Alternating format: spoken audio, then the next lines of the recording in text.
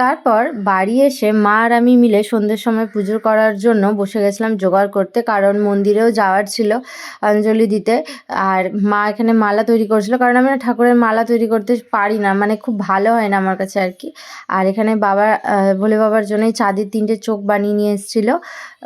আর আমি এখানে ফল কাটছিলাম, কারণ মা ওদিকে মালা করছিল বলে। আর আমি না ফল কাটতে সেরকমভাবে পারি না, তো এখন মোটামুটি শিখে গেছি। তারপরে ভোলে বাবাকে স্নান করিয়ে নিলাম। ভোলে বাবাকে স্নান করানোর পর নন্দীকেও স্নান করিয়ে নিলাম। মা আর আমি দুজন মিলেই জোগাড় করছিলাম। আগে মা আমাকে সব রেডি করে দিত আর আমি গিয়ে পুজো করে চলে আসতাম, আর এখন মার সাথে আমিও করি। আর এই যে দেখো ভোলে বাবাকে স্নান করানোর পর কেমন লাগছে অবশ্যই জানিও। আর এই যে দেখো উপরে আমার দুটো মা, একটা হচ্ছে তারা মা, একটা হচ্ছে বাড়ির মা। তো তারপরে এবার জল ঢালার পালা। তো তার জন্য প্রথমে ঘি, মধু, চন্দন আর টক দই মাখিয়ে নিলাম। আর সকালে একবার আমি জল ঢেলে তারপরে অমৃতি গেছিলাম জল ঢালতে। আর যেহেতু 4 প্রহর আমি প্রতি বছরই জল ঢালি, তাই 1 প্রহর হয়ে গেছিলো সকালে। আর এখন 2 প্রহর ঢালবো, মানে এখন একবার ঢালবো আর রাত্রেবেলা একবার ঢালবো। তো সেইটার ভিডিও তোমরা দেখতে পাবে এই ভিডিওতেই। তো বাবাকে বেল আনতে বলেছিলাম, আর বাবা এত বড় বেল নিয়ে এসছে। আর যেহেতু আমাদের ঠাকুরটা একটু ছোট, তো ঠিক মতো হচ্ছিলো না, তাই ঠাকুরের মাথায় ঠিকই পাশেই রেখে দিয়েছিলাম। আর সব ধুতুরা ফুল, বেল পাতা, ভাঙের পাতা, আকন্দ ফুল সব দিয়েছিলাম। আর বাবা এত নিয়ে এসেছিলো কি বলবো, আর ভালোই লাগে না, বেশি বেশি ফুলে পুজো করতে কিন্তু খুব ভালো লাগে।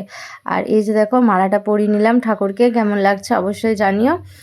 তারপরে জল ঢেলে নিলাম, প্রথমে দুধ ঢেলে দিলাম, তারপরে ঢেলে নিলাম গঙ্গা জল। তো বাড়িতে পুজো করে মন্দিরে গেছিলাম, আর সেই ভিডিওর ক্লিপ আর নেওয়া হয়নি।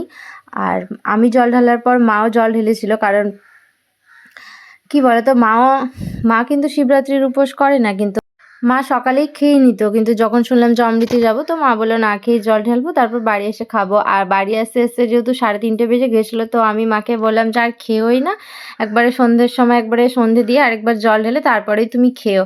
তো মা আমার কথা মতো খায়নি, সন্ধ্যের সময় জল ঢেলে তারপরেই একেবারে খেয়েছিল। আর আমি এখানে পুজো দিতে যাব বলে মাকে বলছিলাম আমার একটু ভিডিও করে দাও, আর মা ভিডিও করতে পারছিল না, মানে কীভাবে ক্যামেরা ধরবে মা বুঝতে পারছিল না বলে আমি হেসেই পাগল। তো তারপরে চলে গেছিলাম মন্দিরে পুজো দিতে। আমাদের পাড়াতে যে মন্দিরগুলো আছে সেই মন্দিরগুলোতে আমি যাই প্রতি বছর অঞ্জলি দিয়ে জল ঢেলে। আর মা যায়নি, মাকে বললাম যে চলো অঞ্জলি দিতে, তো মা বললো যাবো না, কারণ আমি আর পারছি না, কারণ মা উপোস করে এখন আর থাকতে পারে না।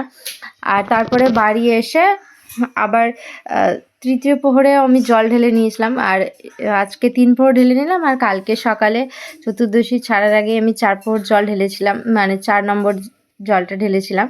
আর আমার ভোলে বাবাকে কেমন লাগছে অবশ্যই কিন্তু জানিও।